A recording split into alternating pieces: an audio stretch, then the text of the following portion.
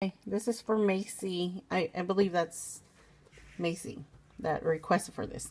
Okay, so có support there của số công này chả and how do I get to the center? Well, something like that.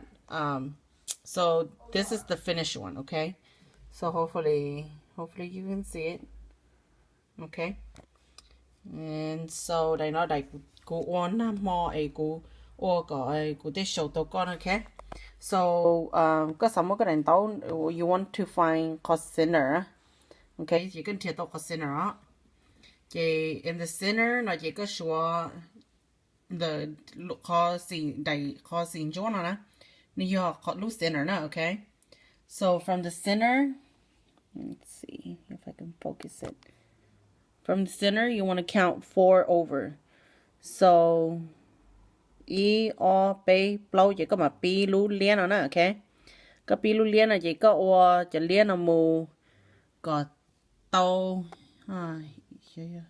o p lâu chỉ tàu ya gì chua luôn nè, ok. Cú lu ná nó nè do 7.5 inch đó, ok.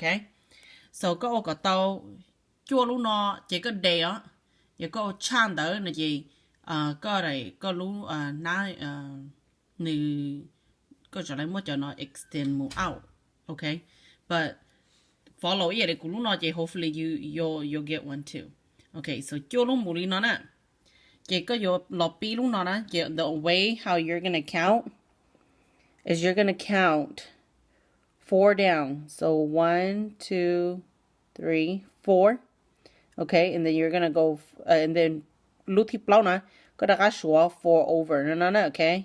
So you go 1 2 3 4 and then you go 1 2 3 4 and then có mà pi lu nó nè chỉ luôn chúa chỉ sinh tình theo có số như thế có chỉ pi sáng là mù chỉ có pi sáng là mù có ô tới lúc cậu nó chỉ có mà lấy chúa cho nó mù chỉ có mà lấy số lên tầm mù mà. So luôn chúa nó I'm using glutathione to tie so nè chỉ chính nè.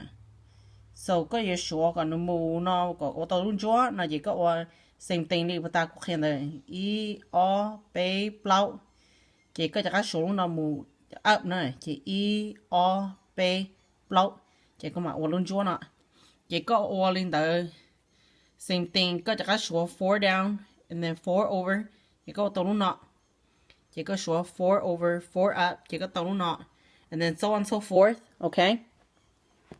So after going the ta you go the triangle in between kana. I don't know why it's not focusing. Maybe because I'm shaky. But you want to do your triangle or your pyramids like this, okay? Go your triangle pyramid like that. Go ta là gì nhân từ sẽ có nhiều sĩ chỉ cho nó chỉ random colors whatever color you want. So có mà be khỏi outline. This is an outline.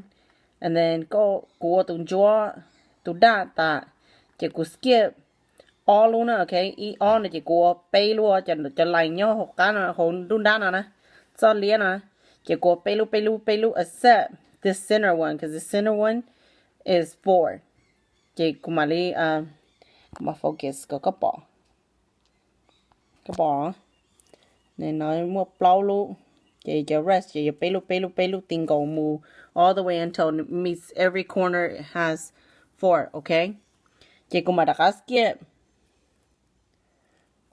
all space chỉ có mà ở chỗ đa nó chỉ mà ở chỗ pink nó chỉ cả mà pi lu của nó nè. So I'm gonna go back to this one, okay. So luôn nó giờ cái pi có tàu luôn chúa số nó chỉ luôn chúa nó chỉ có tới số from có ta có cho pink nó nè chỉ có ôn đun đá nó có trở lại open, okay. So cả nhon đun đá nó nè chỉ có số o p plau này chỉ có pi cái luôn chúa nó mù chỉ có pi mù chỉ có ô có xa luôn tiếng xa luôn o p plau chi trâu xa chỉ có pi xa luôn dầu của nó chỉ có xa luôn mù số nó chỉ có ô come back có là mi trâu tụi nó nè chỉ thầu có mi tàu đâu nó lỡ nó chỉ có mà đi chả cá số vậy y số blow lu over